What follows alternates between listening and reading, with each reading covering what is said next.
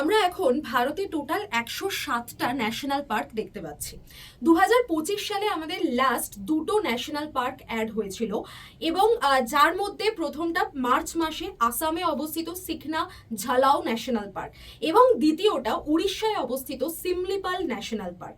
তো এরকমই আমি ন্যাশনাল পার্ক নিয়ে কিন্তু একটা গুরুত্বপূর্ণ ক্লাস তোমাদের জন্য করে দিয়েছি, যেটা হলো এই 20 মিনিট শো এর মধ্যে।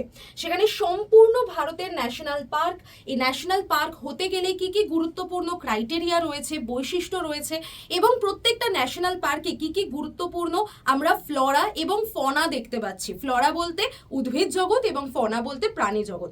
এইগুলোকে আমি যদি আরো ডিটেলে জানতে চাই, পড়তে চাই, তাহলে যেখান থেকে আমাদের সমস্ত পরীক্ষাতে খুব বেশি প্রশ্ন আসে, বিশেষ করে বলতে পারো স্টাফ সিলেকশন কমিশনের এমটিএস, সিএইচএসএল, সিজিএল, এখানে কিন্তু খুব ডিটেল কোয়েশ্চেন করে।